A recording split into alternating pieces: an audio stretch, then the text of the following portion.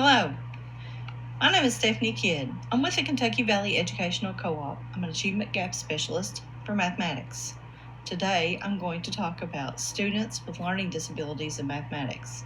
This is going to be a 3-part series. I'm going to discuss a couple of areas that affect their mathematic performance.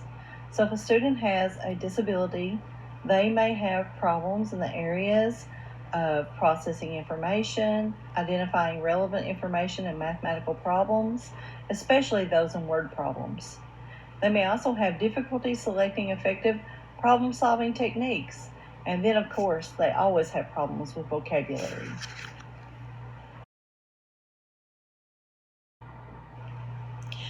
Okay, so if a student has difficulty with processing information, what does that mean? Well, first of all, what is processing information?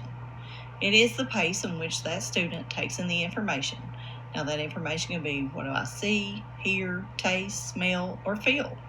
It can be how I process that information and then form a response to that information, or how do I store that information and my understanding of that.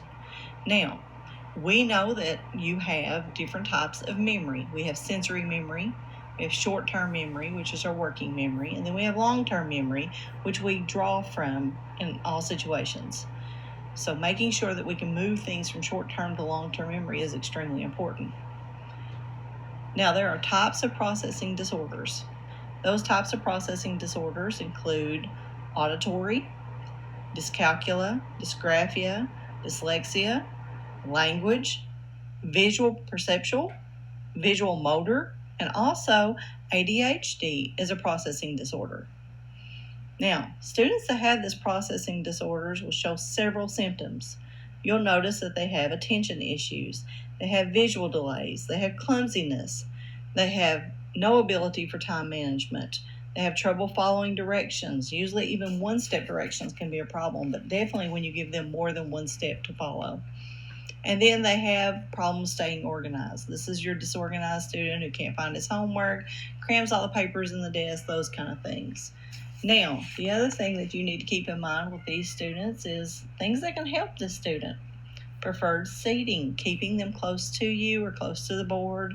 This helps you to be able to keep their attention. That's a big thing. Using visual cues. And then emphasizing key vocabulary words or key words that we want them to remember. And then on top of that, we want to pre-teach them skills. That gives them a little bit of a boost for their confidence, and we want to keep them organized. We want to have things that are sequenced for them and also help them to organize themselves. Notebooks are terrific for this.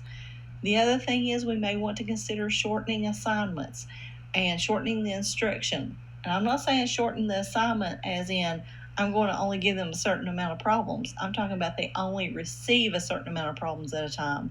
And then when they get those finished, I can give them the rest. Or I'll give them a few more. They may only have 3 or 4 because they can't organize that information.